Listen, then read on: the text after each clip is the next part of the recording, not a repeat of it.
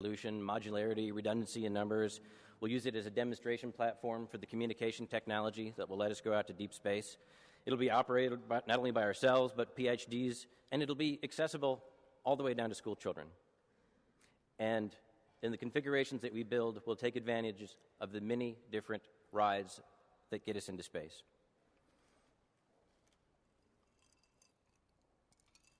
So in many ways, I believe Doug mentioned the personal computer.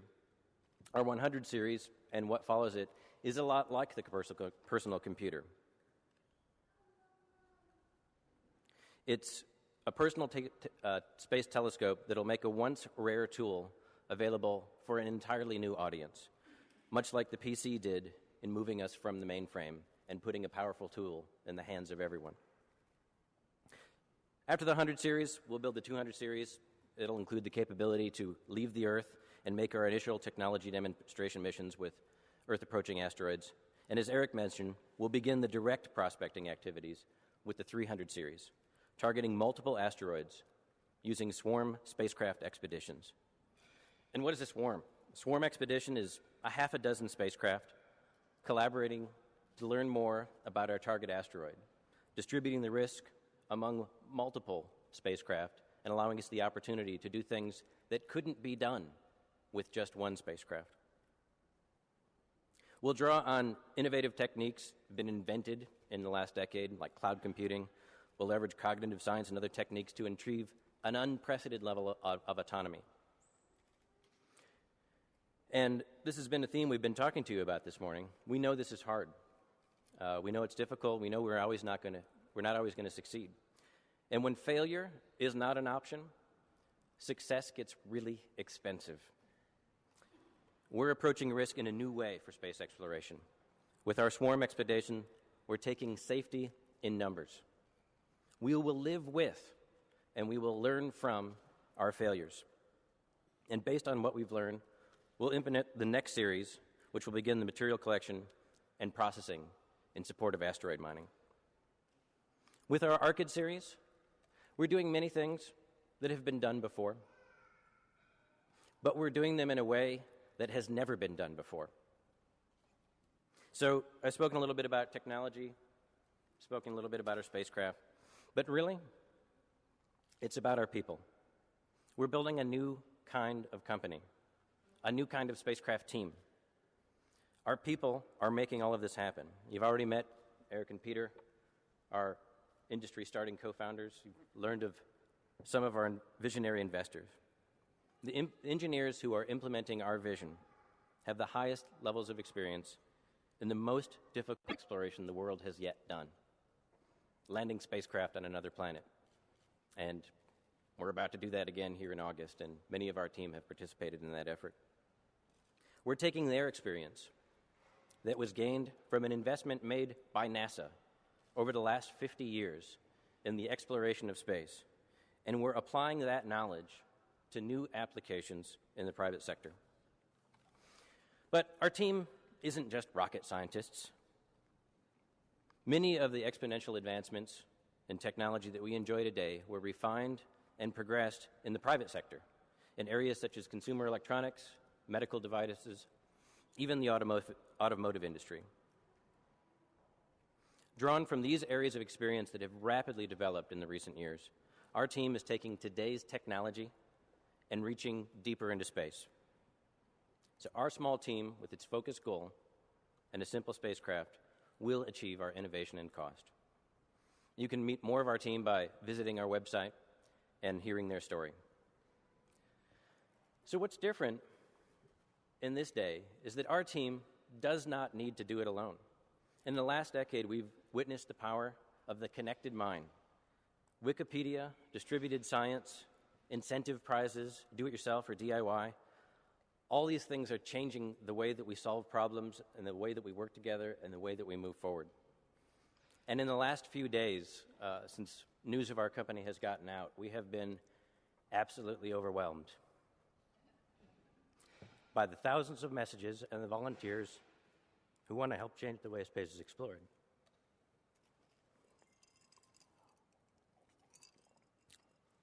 So, in the near future, We've got your information. We'll be in touch. Years to come, we'll be working together as a planet to make this happen. So our advisors, we're very privileged to have advisors who share our vision. James Cameron has been in the news stories. James Cameron is a consummate explorer. You're familiar with what he's been doing in the depths of the ocean, and his interest expands into the depths of space. General T. Michael Mosley is a former member of the Joint Chiefs and Chief of Staff of the Air Force. Dr. Sarah Seeger is a professor of physics and planetary science at MIT. Dr. Mark Sykes is on our advisory board, and he's the CEO and director of the Planetary Science Institute in Tucson, Arizona. And David Vaskovich, who is a former CTO of Microsoft. But Peter had mentioned it, and there's one person I'd like to call out special attention to. I think he's back here, Dr. John Lewis. And this is his life's work, and he's written extensively about it.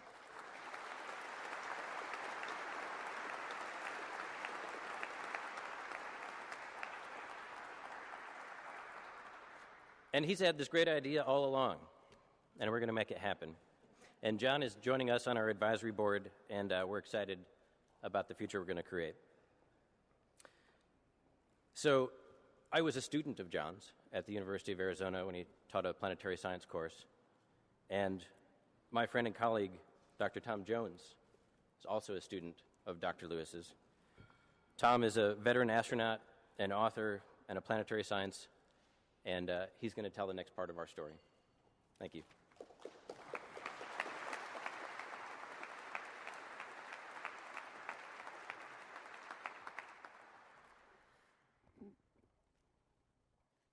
Thanks to this great team for inviting me here today. It's a pleasure to be with these gentlemen up on stage and also with the rest of the Planetary Resources team. I've been to a lot of launches, some pretty exciting ones. I don't think I've been to one that's been as significant, though, for the future of our society and for our future exploration and residence permanently in space.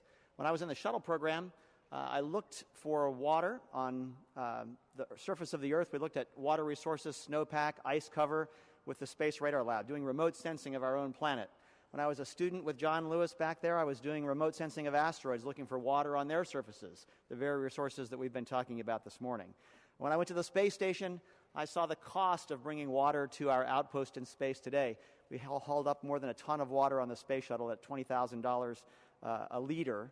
So it's a very dear material, and it's vital that we find more resources than just the Earth for supplying our teams in space. And so today, with the team that's here, I'm going to get to participate with you in starting to break the bonds of Earth by harnessing these resources that await us in space on the nearby asteroids. I've got a slide here of the inner solar system. You can't see it very well, but imagine the main asteroid belt between Mars and Jupiter. Earth flies around the sun every year in a swarm of nearby objects, nearby asteroids and some near-Earth comets. There are literally millions of these objects that come close to us. We mentioned the known population of about 9,000 asteroids, nearby asteroids that have been detected so far, but that's just a fraction, just about 1% of the ones that are truly out there. From the large asteroids that can do us in terms of global damage to our society, there are about 900 of those, and we've found most of those already through NASA's search programs. We range all the way down to the far more numerous smaller asteroids, which number in the millions. For example, there are about 500,000 to a million 50-meter objects, as Peter and Eric mentioned. So this is the resource that's out there. They live for about 10 million, 30 million years in the inner solar system before a planet runs into them or they get ejected from the solar system by Jupiter's gravity. Because they run into our planet in particular, that means that their orbits come quite close to us. And so there's a small fraction of the asteroid population which is accessible in terms of rocket power. Some of the nearby asteroids have Earth-like orbits in terms of shape and eccentricity or the ellipticity of the orbit. And those asteroids are the inviting targets for robotic and human exploration. And we think, for example, of those objects around 50 meters and larger in diameter, there are probably about 1,500 that a human could make a trip to in 6 months or so. NASA's looking at that number and that population. Of course, we're talking about robotic exploration, so we can go to much more distant asteroids than just those that are reachable by human beings. So that's the resource. And we have to find out more about these asteroids, detect them, learn about their characteristics. Just to give you a sense of what they look like, you know that we've sent a couple of spacecraft to nearby asteroids. Here's 433 Eros, which was visited by NASA in 2001 with the Near-Shoemaker spacecraft. It's about the size of Seattle or Manhattan. I was actually doing a spacewalk on the space station when we landed the Near-Shoemaker spacecraft on this object. I thought what a marvel it would be to have humans someday working on these objects, not just on a space station. And here we are today making that process become reality. Look in the right of the picture, you see a small little peanut-shaped object. That's a smaller cousin, much more numerous asteroid cousin of Eros. It's called Itokawa, and the Japanese visited there in 2005. It's about 550 meters across, about a third of a mile, and you can see the boulders and loose material on the surface. We think there are about 2,000 objects about a half a kilometer in size in the near-Earth population. This one's a rubble pile. It's just held together very weakly by gravity.